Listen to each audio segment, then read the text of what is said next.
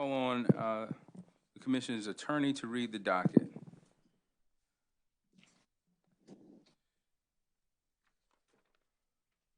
Thank you, Mr. Vice Chairman, Commissioners. We are here pursuant to a notice of request for allowable ex parte communication briefing. Parties requesting the briefing are Duke Energy Carolinas LLC and Duke Energy Progress LLC. This briefing is scheduled for today here in the Commission hearing room, July 29th, 2019 at 10 a.m.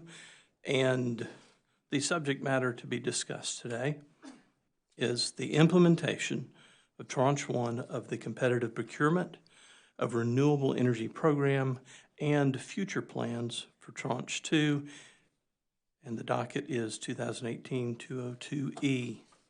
Thank you. Thank you, sir. Mr. Bateman?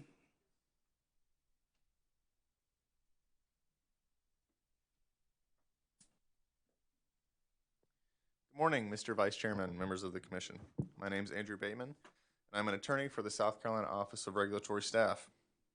I've been selected as a designee to certify that today's allowable ex parte briefing takes place in accordance with South Carolina Code Annotated 58-3-260, subsection C. That statute sets forth certain parameters and rules under which this briefing must take place, and if you'll indulge me, I'm going to go over a few of those. Duke Energy Carolinas LLC and Duke Energy Progress LLC, or the companies, requested this allowable ex parte communication pursuant to that statute, 58-3-260, subsection C. This presentation is limited solely to information the companies listed as the subject matter to be discussed, which, as Mr. Melchers mentioned earlier, is the implementation of Tranche 1 of the Competitive Procurement of Renewable Energy Program and future plans for Tranche 2. I therefore ask that everyone here please refrain from discussing any matters not related to that subject matter. Second, the statute prohibits any participants, commissioners, or commission staff from requesting or giving any commitment, predetermination, or prediction regarding any action by any commissioner as to any ultimate or penultimate issue, which either is or is likely to come before this commission. Next, in order to certify this allowable ex parte, and if I've counted my days correctly, material corresponding to today's proceeding will be posted on the Commission's website by this Friday. Any document referenced or utilized today should be included with that posting. Finally, I'd ask that the participants, commissioners, and staff refrain from referencing any reports, articles, statutes, or documents of any kind that are not included in today's allowable ex parte, to prevent the need of having to try to track down copies or links to these documents to include in the record. In particular, as none of the information contained in the presentation appears to have been marked or requested to be granted confidentiality, I'd ask that the presenters refrain from referencing or discussing any materials over which they'd like to maintain confidentiality. And would ask that the commissioners please be understanding if the presenters decline to provide such information to commission questions here today. As a final note, please make sure to read, sign, and return the form which you were given at the door when you came in today. This form needs to be signed by each attendee to certify that the requirements contained in South Carolina Code Annotated Section 58-3-260, subsection C, have been complied with at the presentation. Thank you for your time, Mr. Vice Chairman. This concludes my opening remarks. Thank you. Thank you, Mr. Bateman. Ms. Doolin. Thank you, Mr. Vice Chairman, Commissioners. We're pleased to be before you today. I'm Rebecca Doolin, and I'm Corporate Counsel for Duke Energy Carolinas and Duke Energy Progress. Today, I have with me three gentlemen who are pleased to be here to talk to you about the Competitive Procurement of Renewable Energy Program that we've implemented pursuant to North Carolina House Bill 589. First, you'll hear from George Brown. Can you all see the name tags? I cannot. Maybe we should hold them in the air. So we have Mr. George Brown in the middle, and to your right you have Jeff Riggins, and to your left you have Mr. Harry Judd. Mr. Riggins and Mr. Brown are with the company. Mr. Judd is with the Axion Group. He's the president of the Axion Group, which serves as the independent administrator, as he will describe, for the what we call the CPRE program. Mr. Brown, as I said, who's with the company, he's the general manager of Distributed Energy Technology, Strategy, Policy, and Strategic Investment. And Mr. Riggins is to give you his formal title, he is the director of our standard power purchase agreements and our interconnection process. So with that, I'll turn it over to Mr. Brown, who will begin our presentation. Thank you again for having us. Thank you, Ms. Doolin. Good morning. Thank you, commissioners in advance and all the other attendees today for your time. My name is George Brown, and I'm going to begin our presentation by giving you an overview of the law that was passed in 2017 that set up the competitive procurement program, the North Carolina law, and also some high-level information regarding the process that was undertaken through the competitive procurement for soliciting and contracting with renewable energy.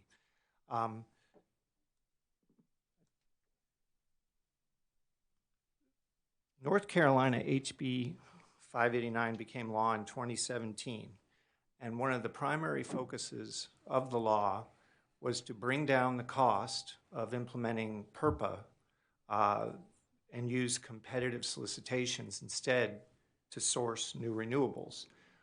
In Duke Energy, we have two states. We have one system in two states, and the way it works with PPAs is we actually allocate the expenses of the PPAs across all states.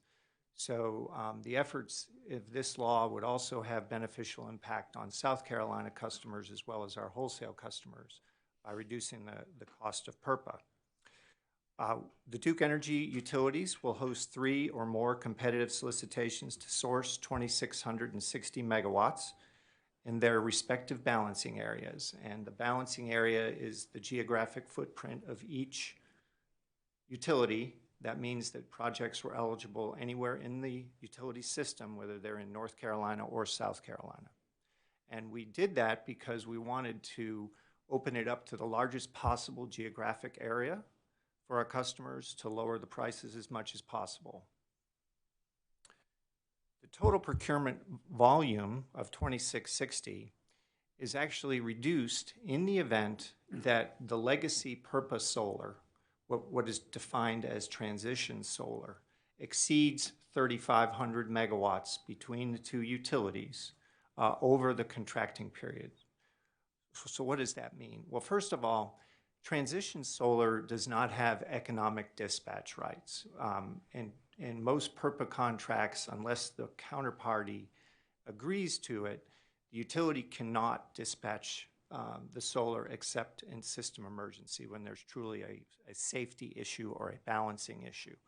So if the solar happens to have a high price, we still have to take the solar if we can absorb the energy.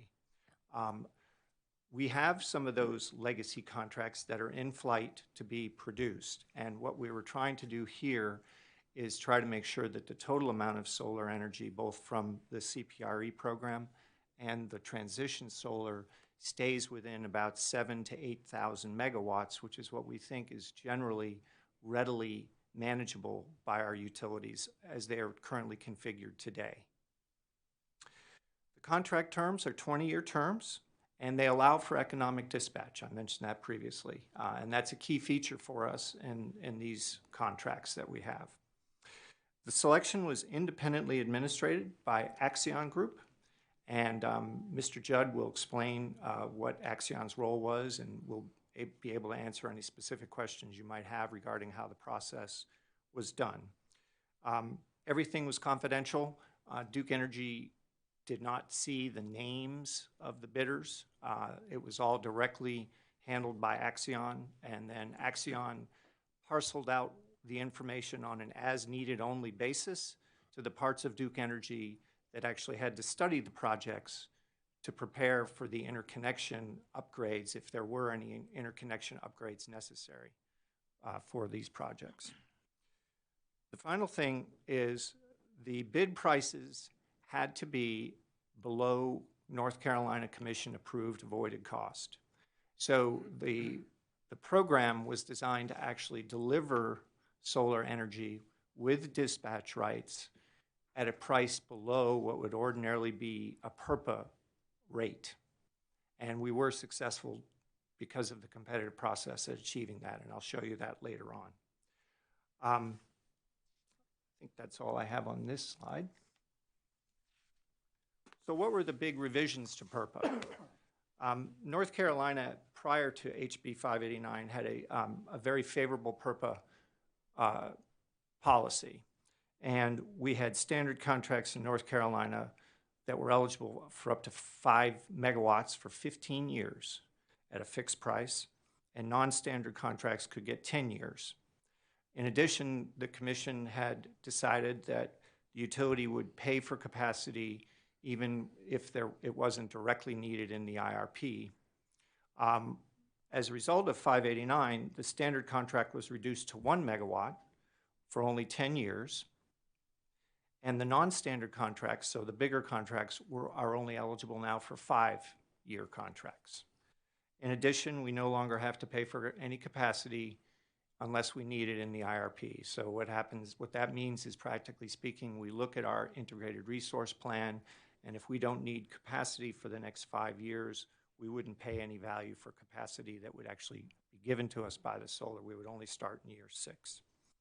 The final thing is the standard offer project side actually decreases to 100 kilowatts, which is the FERC requirement. That's the minimum FERC requirement for standard offer contracts, after we have 100 megawatts of those 1 megawatt facilities in service.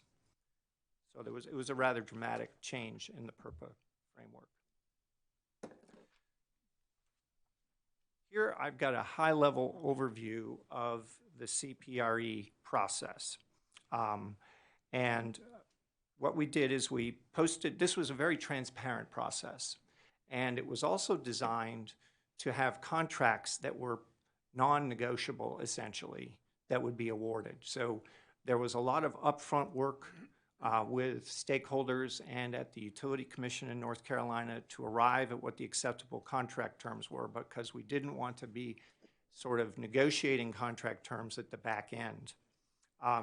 So we posted the solicitation documents to the IA website. The IA really conducted the RFP. We were sort of behind the scenes, working with the IA. The RFP window closed. That's the third box. The IA evaluated and ranks bids. There was a competitive tier that was created. So these were the most competitive projects given what we were looking to achieve, and we were looking to achieve 600 megawatts in Duke Energy Carolinas and 80 megawatts in Duke Energy Progress. The reason there was much more in Duke Energy Carolinas is that Duke Energy Progress already has a tremendous amount of solar on the system and more to come from these legacy PURPA contracts that I mentioned earlier. At that point, projects were required to post some collateral before we went into the group study process. We wanted projects that were committed to actually execute the contract if they were selected. The Duke Energy T&D group evaluates the network upgrade cost, hands over the upgrade costs in terms of capital. So they, for example, you might say that this particular project has a $500,000 upgrade cost necessary. Then the IA takes that capital and imputes it to the project that caused the upgrade. And the reason that's important is we actually got approval in North Carolina to rate base these upgrades. And I'm going to talk a little bit more about that later and explain why that is, but just hold that thought for now. And so this is a way to not give the developers a free ride, but instead to capture the cost of those upgrades in the bid.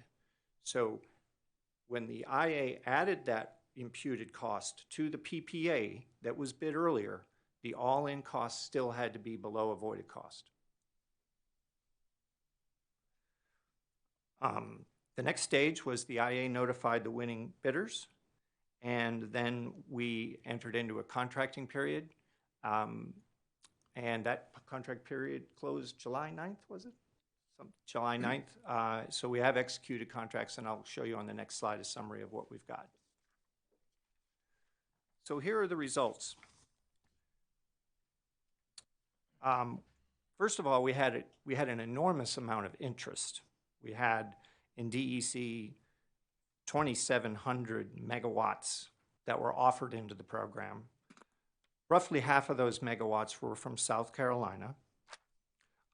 We ended up contracting with 11 projects for 465 megawatts. So once we went through all the evaluation, once Axion went through all the evaluation process, the study process, imputed the costs to the winning bidders, and then we asked them to go ahead and execute contracts, we ended up with 465. 2 of the projects totaling 50 megawatts are in our South Carolina service territory. In DEP, we got a smaller number of projects, and I think that reflects just the smaller RFP size. We were only looking for 80 megawatts. 614 of them were in South Carolina, and we ended up contracting with 2. We have 1 in South Carolina for 7 megawatts and 1 in North Carolina for 79 megawatts. One might ask, why is there fewer South Carolina projects than North Carolina projects? And that's actually a difficult question to answer exactly, because we don't exactly know what the bidding strategy of the different developers is. What we do know, and Harry can speak to this, is that Harry evaluated these regardless of location. So he was agnostic as to the location. Axion didn't even care about that. In fact, it was interesting when we were getting ready to start publishing information regarding the RFP, we had to reorient Harry to think along state lines, because he was thinking primarily, and I mean, you tell me if, but he was primarily thinking about the systems, going across the states rather than across the states. And we do have some pretty well-known South Carolina developers who have won in this tranche, and I think this information is now public, but my understanding is both Southern Current and Johnson Development have won a bid in the CPRE program. So how did we do? Well, I think it was very much a success. We got good resources at prices substantially below avoided cost with dispatch prices. You can see there the average all-in delivered price at DEC and the average all-in delivered price at DEP. Axion estimated the savings versus avoided cost combined between the 2 utilities at $261 million over the 20-year contract term. So I would say that this worked very well, and I think we're hoping for similar type results in Tranche 2. Okay, now I'm going to turn to interconnection, which is always a complex and difficult process in both states today. I mean, both states have got very large queues. I know the Commission is very aware of that. One of the things that we did to try to make things a little bit better is we provided to public information about locations on the grid where we know there's congestion and that projects would have a very hard time actually getting interconnected without some pretty significant upgrade costs. So I think that was a positive. It was done really to bring efficiency to the market. Both commissions approved a grouping study interconnection process for Tranche 1 CPRE to improve efficiency. With the grouping study, and Jeff is going to talk more about this, with the grouping study, we can do things more efficiently. We don't necessarily have to go sequentially for those projects that choose to go into the grouping study, which enables us to study a large number of projects more quickly than we would be able to, and turn around the results of the RFP more quickly than we would have been able to if we had to do things sequentially, which is the normal way that both the North Carolina and the South Carolina interconnection process works. It's more of a sequential process. The NCUC just recently issued an order. They had a hearing where they asked different questions after sort of the conclusion of Tranche 1 on different issues. And they recently issued an order confirming the group study approach for North Carolina projects in Tranche 2. Our plan is to ask for the same authorization in South Carolina from the South Carolina Commission. We would like the South Carolina projects to be able to be in the group study process again, because we think that being in the group study process is advantageous compared to being in the sequential process. And it's also a way to try to minimize the amount of, I guess I'd call it, transmission analysis that one has to do in order to be able to efficiently turn around these projects and contract in the time period that we're looking for.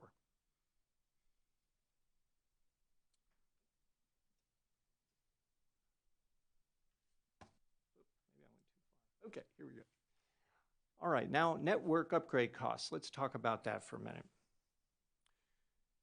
So I mentioned earlier that what we did after we came out of the group study process is we had allocated, the transmission group had allocated on a no-names basis to each individual project what the transmission upgrade would be.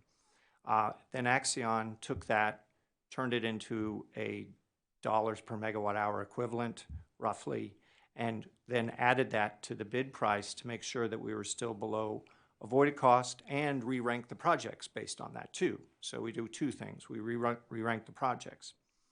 I mentioned also that North Carolina approved rate-based treatment because only cost-effective upgrades are going to get built. In other words, the only thing that's going to get built is upgrades that after you add it together with the PPA expense come in below avoided cost.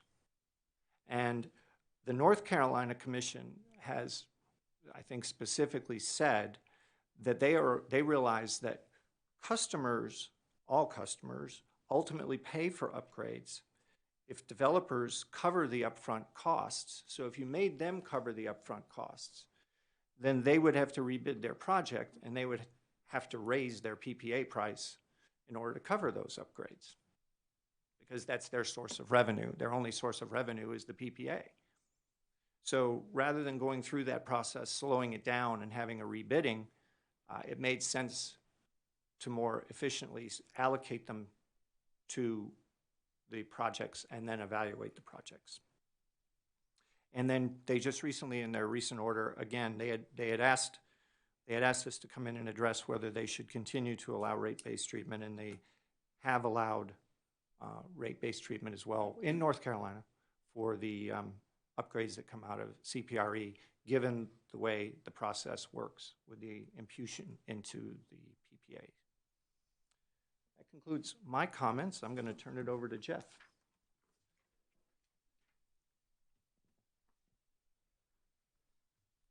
Thank you, Commissioners, for the opportunity to be here and share with you a little bit on the interconnection process today.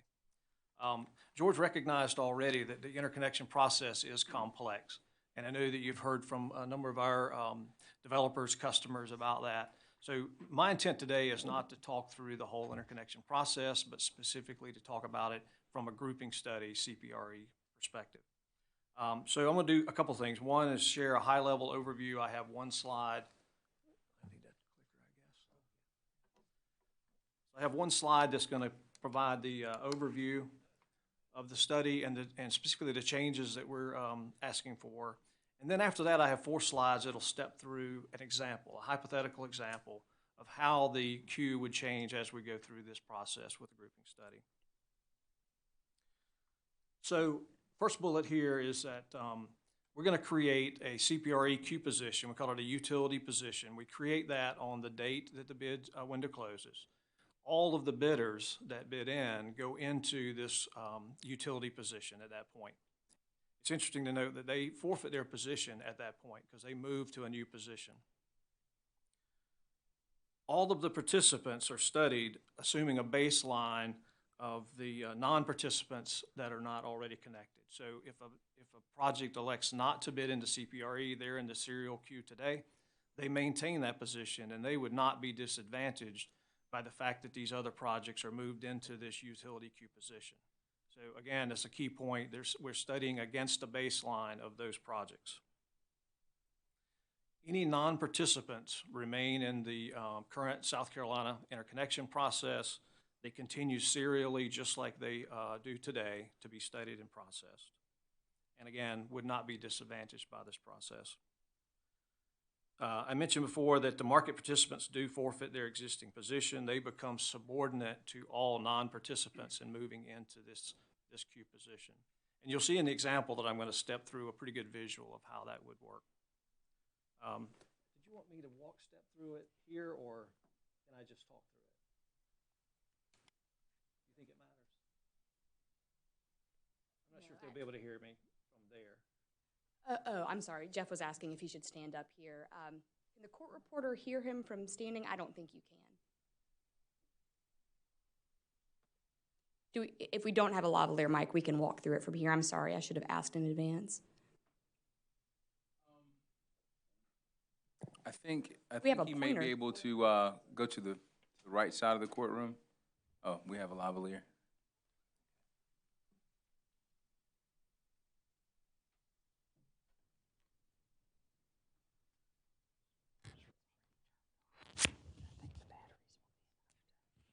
Okay, and I've also been informed that even if he does use the lavalier, he needs to be to my right here so he can be live streamed, excuse me.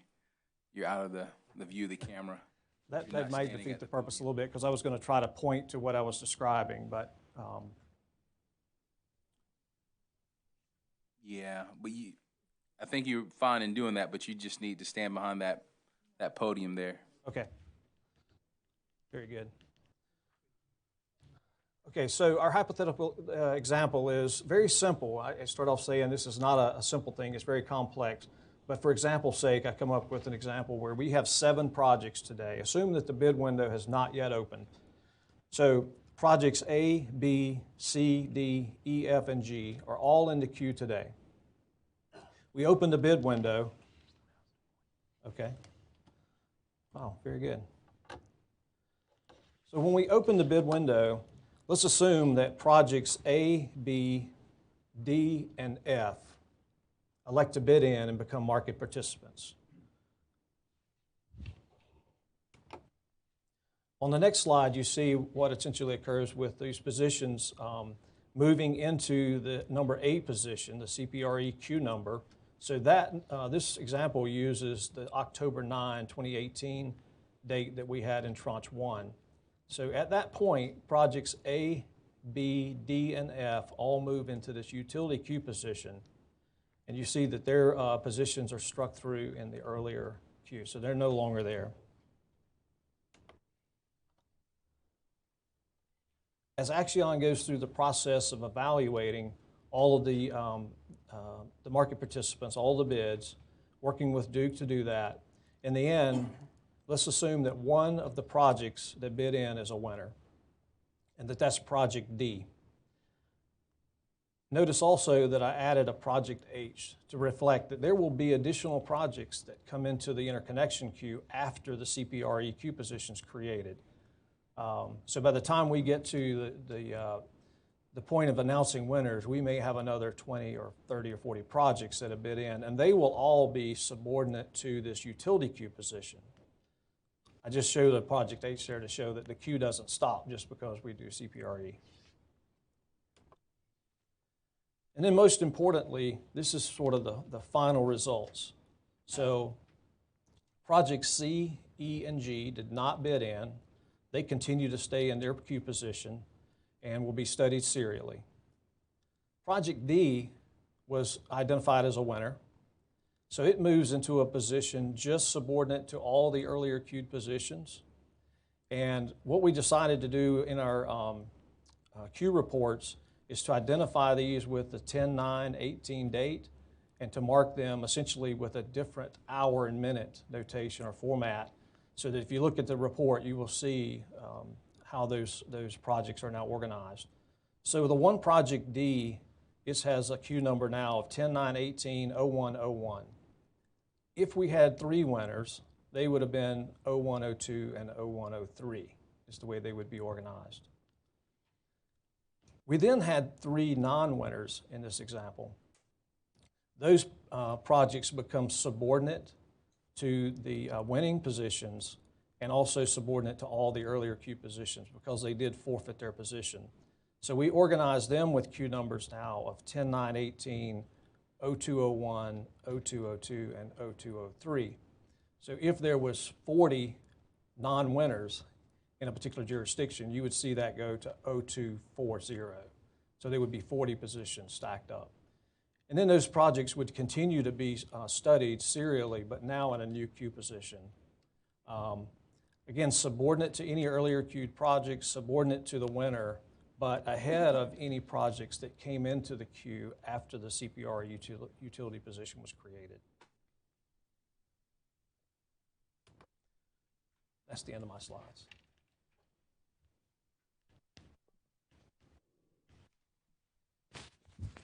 Morning, Mr. Chairman, Commissioners. Thank you for having me for you today. My name is Harry Judd. I am president of the Axion Group. We were appointed by the North Carolina Commission to be the independent administrator. And I say we because while my kids think I'm a pretty smart guy, I don't do it alone.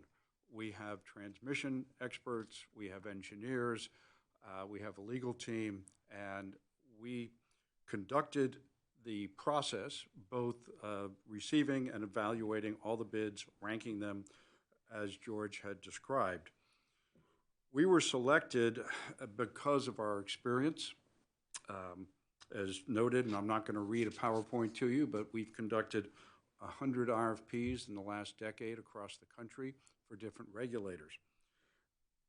I think relevant to the experience here is that we were the first, in fact, the only independent evaluator used in the state of Georgia. We helped them set up their process when the Georgia Commission decided they needed a better way of, the utilities did, of conducting competitive solicitations. We've also had to review situations where affiliates were bidding and have our reports submitted to the Federal Energy Regulatory Commission, and they were certified as being consistent with their standards as well. Oops. Okay. That one. Sorry, gentlemen and lady. I didn't realize I was driving. So we applied the CPRE protocols. Now, this was the first time this program was used, so we did a fairly extensive outreach to stakeholders, interested parties, the commission staff, to try to get it right. There will be some revisions in Tranche 2 to make things run a little more smoothly, but we did limit the access of any Duke personnel to the data. As George mentioned, on a need-to-know basis, folks working in the transmission area of Duke were provided, after we had ranked bids, with the identity and location and the queue number of proposals. Now, we set up two distinct evaluation teams, and we had training provided to them and certification that they understood that they were separate from the rest of the company. Their identities were posted on our website, so bidders were advised not to contact them to have any discussions about CPRE. In the course of Tranche 1, we became aware of one, I will call it inadvertent deviation by a bidder from that. They called up an account manager they'd been dealing with on other matters and said, hey, what do you know about CPRE? The account manager shut them down, turned them over to us, and that, again, was the only instance we're aware of anyone trying to gain insights from Duke about the program. So our website provides all information needed. It's set up so that all bidders have access to the same information at the same time. We also were available to bidders and to the commission staff should they have questions about the program on an ongoing basis. Likewise, if any bidders were aware of what they thought were deviations from the protocols, they were to advise us. We would take action. That did not occur. Moving on to the next page, we did conduct all the evaluation.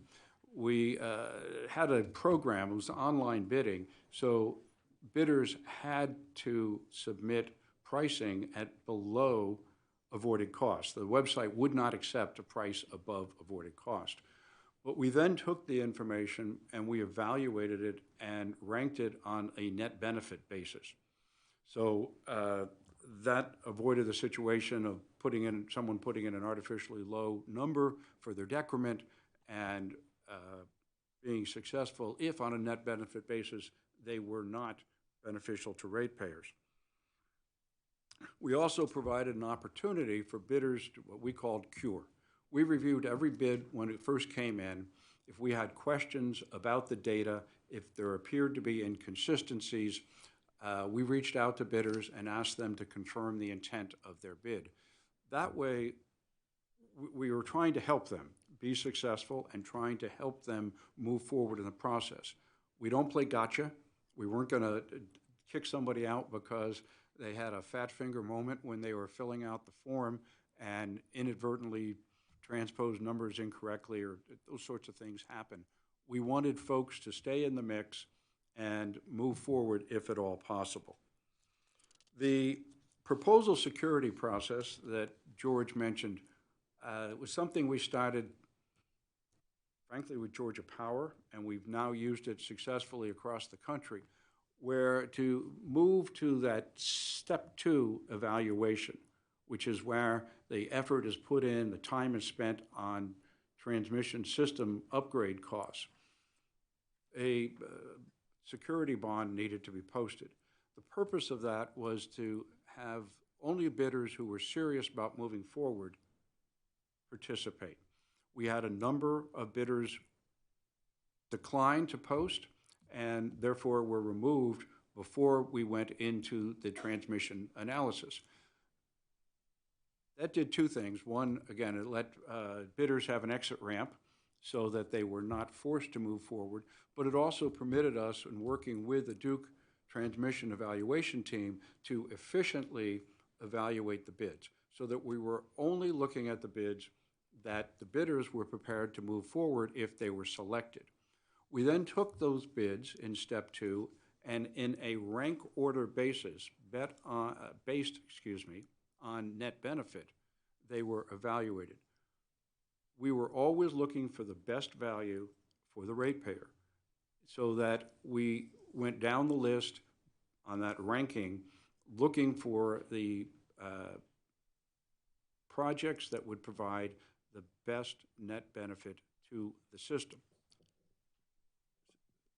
is this still on? Yes. Thank you. I didn't see the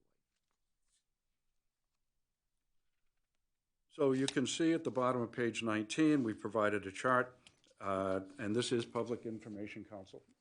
It's in the report that was also provided to you, showing the net benefit below avoided cost of the projects that were selected. We have transmission experts who worked very closely with the Duke transmission evaluation team. They evaluated alongside of them. They verified all of the findings. And in determining the upgrade costs, and I'd like to mention that the bidder was responsible for delivery to the point of interconnection. So any upgrade costs is on them of getting to the point of interconnection and the actual interconnection costs. If it's a major project and they say they have to run 2 miles of transmission line to get to a substation, that had to be included in their bid. So the ratepayers of the Duke system are not paying outside of whatever a contract price would be to create a new transmission line for the sole purpose of serving one entity. We also had our experts review the pricing that they included for that delivery to the POI, as well as the pricing that they included in their bid for the interconnection cost. If we found an instance where the numbers seemed unrealistic, part of that cure process was to reach out to them and say, we gave you some guidance on what the costing should be. are you certain these are the numbers you want to use? Again, we were always trying to help the bidder get to the end game of being successful. We did select the winners. We identified them at the end of the process to Duke, the other part of their evaluation team, which were the ones who had to execute the contracts. As George mentioned, I'm sorry, I apologize. We established a non-negotiable pro forma contract at the beginning of the process. That was something that was the result of the vetting process that George mentioned, so that stakeholders had an opportunity to comment on the document to help us make it a better product for them. The other points I'd like to make here for your understanding is because we conducted the RFP through our website, and that included exchanges with the winning bidders after they were selected, all of that information is captured.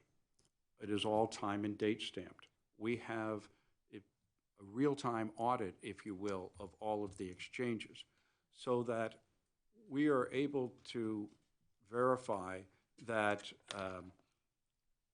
the combination of the pro forma PPA and our being aware of all of the exchanges, plus, by the way, anytime there was direct contact, we had someone involved if we had a conference call, we're able to verify that there were no special benefits provided to any bidder.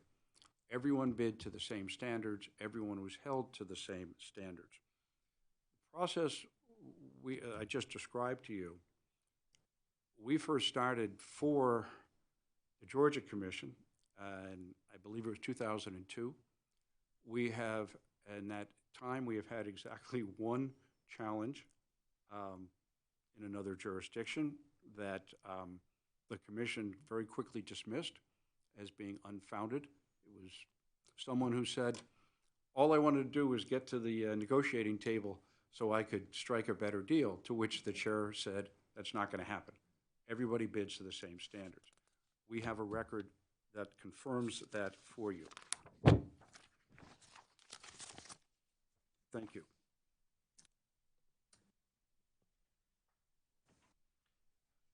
Okay, I'm going to update you all with a brief summary of Tranche 2. And the North Carolina Utility Commission did issue an order and laid out this timetable for us to do Tranche 2. We will open the pre-solicitation document review process on August 15th. We will publish our initial RFP documents. At that time, we're going to have a series of stakeholder meetings you can see on the schedule here. I think that the Commission signaled its intention for us to be very stakeholder focused because it wants to arrive at a common agreed process and dealing with issues as a whole as best we can as a stakeholder group. Then we will open the window on the 15th, and bids will be due of October, and bids will be due the 15th of December. The one caveat there is that we recently had hearings in North Carolina on our avoided cost, and so those dates may change to the extent that the North Carolina Commission does not approve the avoided cost methodology in time, because we have to publish the avoided cost to bidders when we open the RFP window so that they know what they have to beat. That's sort of the price to beat that we do in the process. As I mentioned earlier, we're going to continue with to provide group studies for bids that want to participate. We are going to update the grid locational guidance. We will publish that, and that will be part of the documents that the market will have to determine their bidding strategy. And then the final thing is we've been asked to work with market participants to establish energy storage protocols. And the energy storage protocols I'm mentioning here specifically relate to how storage would be added to a solar facility to modify its output that would actually go through the AC meter and come back onto our system to either increase its energy or to shift the timing of its energy, and whether there are changes that need to be made from the existing protocols that we established for Tranche 1 for projects that want to add storage. Harry, you have one thing to add? Thank you for permitting me to jump back in. All of the bidders conferences, as well as the stakeholder meetings that are conducted, we provide both in person and by webinar, so that it's for the convenience of bidders, so they don't have to travel to a central location. But I mentioned this in the event you wish to have someone from your staff jump on the webinar and hear what bidders, what stakeholders have to say about the process. They, of course, be welcome. And you may not otherwise be notified of this opportunity, so I pass that along. Thank you. That complete your presentation, gentlemen? Yes, it does. Okay. All right. Questions from commissioners?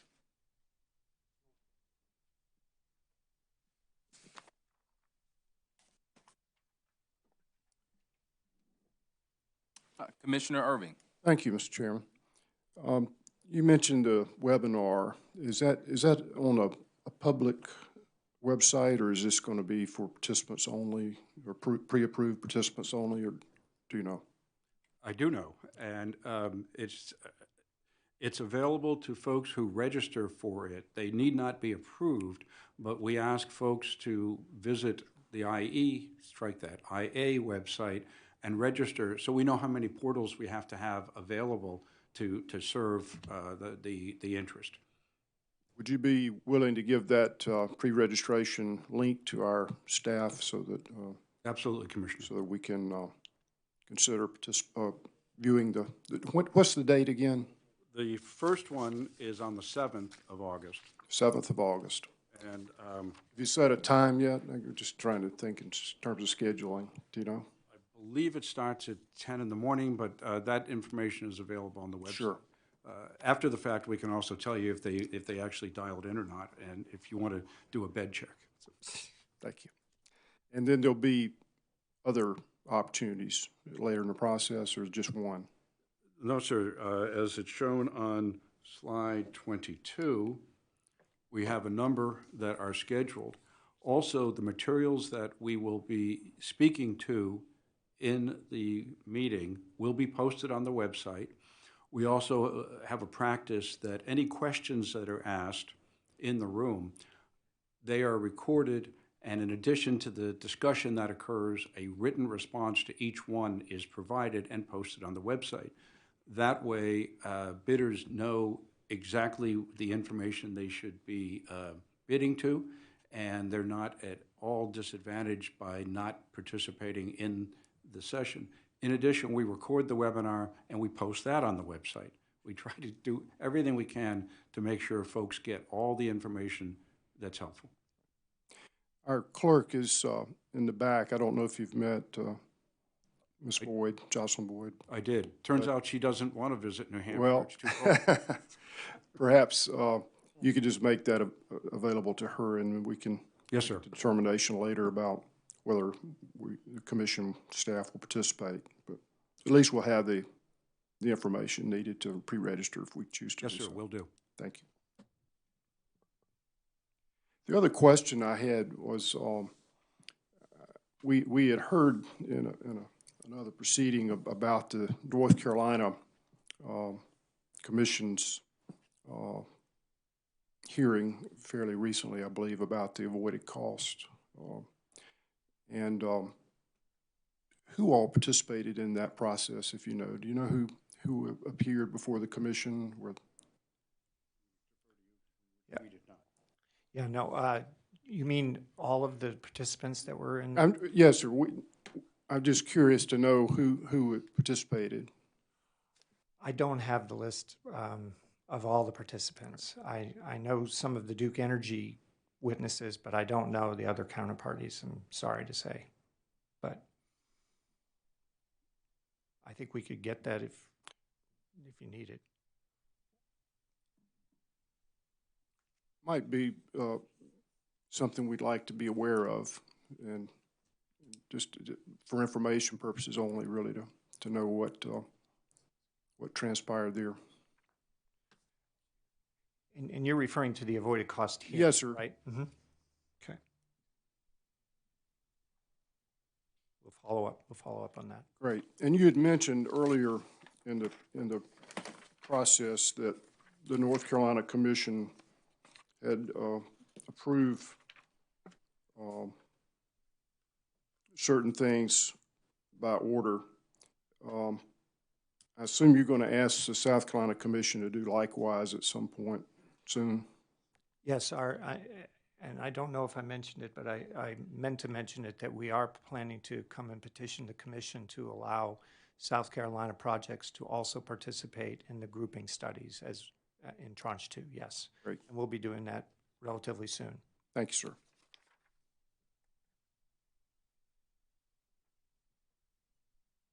Thank you, Commissioner Irvin.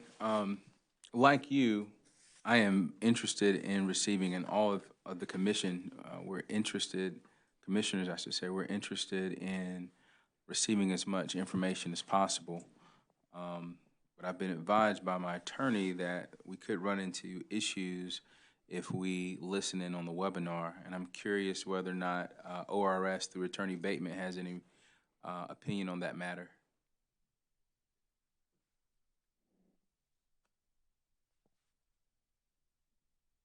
Mr. Vice Chairman, without knowing the specific details, I'd be hesitant to comment too much on this.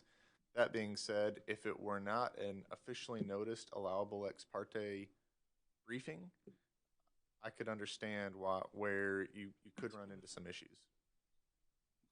Do you know whether or not ORS has any plans to participate? Mr. Vice Chairman, this is the first time I'm hearing about the webinar, so no, sir, I don't know. Do you think it's possible to make that inquiry and get back with us? Certainly, I could find out if we had any plans to attend. Thank you. Any other questions? Oh, our attorney has 3 questions. Go right ahead.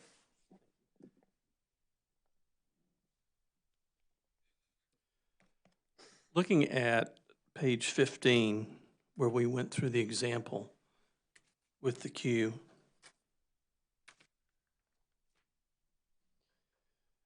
on this page, we show that the 3 predecessors, C, E, and G, that did not participate in CPRE are still ranked above the winner in the CPRE program.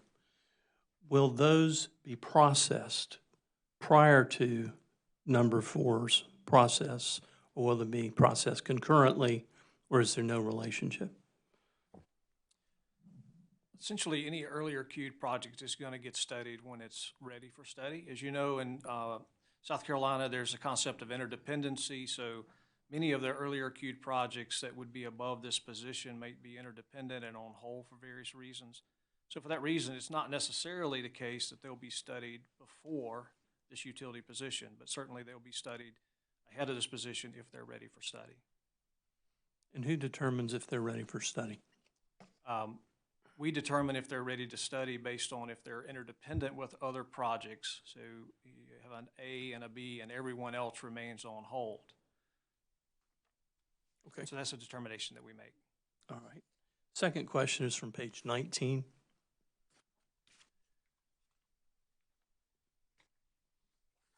We've got a note just above the chart that refers to the proposal security again. How is that set? What dollar amount? Is it related? I assume it's not related to system upgrade costs because that information hasn't been provided yet. Correct, sir. The dollar amount is on a kilowatt basis. Not going to give a number simply because I don't want to be in error, but it is in the RFP document, pre-established and available to all participants. So it is done by the size of the project.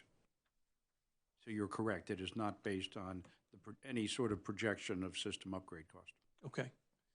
And then the last question is from your discussion on page 20.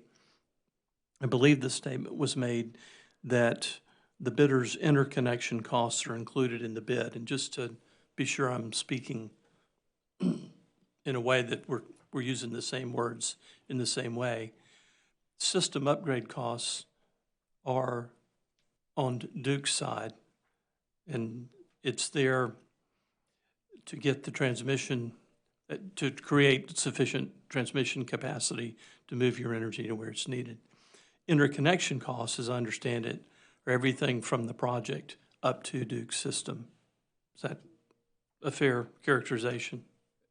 Yes, yes, it is. And Okay. may I also add that working with the folks at Duke T&D, we developed some information about expected costs for interconnection, as well as the transport, if you will, from the project to the point of interconnection. So it wasn't a matter, and never will be a matter of bidders blindly trying to determine what's it going to cost me. We provided that information to them and tried to scale it based on the size of their project. But if I understood the statement correctly, those interconnection costs are included in the bid. Yes, sir. So those are not part of rate base. It's only system upgrade costs that you're saying that the North Carolina Commission has allowed Duke to put into rate base. That is correct. The interconnection cost, the cost of the project, the cost of getting from the project to the point of interconnection are included in the bid price. If it's selected, it would therefore be part of what is paid as under a PPA. Right? Thank you. I did just confirm on the proposal security, it was $20 per KW. That's the number you're looking for. Commissioners. All right. Wait a minute. Well, oh, I didn't see your light down there. You got to turn on your light. My light's been on, but it's dim. Commissioner Howard. A couple questions, basically following up on Mr. Melcher. As I recall, the proposal fees are non-refundable. Commissioner, there are two fees, and it's easy for them to be viewed as the same, so permit me to explain. There is a proposal fee, and then there is a project fee once selected for contract. The proposal fee is refunded if they are not selected as a winner, But that total was close to $1 million, was it not? depending on the size of the project. It I can be. think the total of all of them was like $900,000 or something, if I remember correctly. You're talking about the proposal fee. What happens there is if they are selected for a PPA and they move forward, that fee is then released when it is replaced by the project fee, which takes them from contracting to interconnection. So it is, let me answer it this way. It is only retained if the project is selected as a winner and they decline to go forward. Okay, I understand. Talking about the cure period, it seemed like there was a high number of MPs that took advantage of the cure period. Is that correct? And I guess my thought process went through the fact that in my mind it was a high number. Now, it might have been a low number with the experience you've had, but with me, no experience, it would seem like a high number. Would that lead to some ambiguity? I mean, some discussions or some differences in the proposal that you would correct on the next go-around? Or do you agree? Let me answer your question in the reverse order. Yes, we are making changes. But as far as the number of cures, as I mentioned before, the proposals are received online, but they're not simply an uploaded document. It's a bid form that's filled out. And each data field is coded to try to guide the bidders to provide the appropriate data. A simple example is we had a required in-service date that nobody could put in 2025 as an in-service date and still have their bid submitted. The cures that we effectuated with bidders were some, I called them fat fingers, some typographical errors. And what we do is we provide them with a sheet and say, this is our understanding of your bid. X number of megawatts, this is your point of interconnection, this is the location, this is the technology. And we actually had very few, at the end of the day, in our experience, that actually had to be cured before we could move them into evaluation.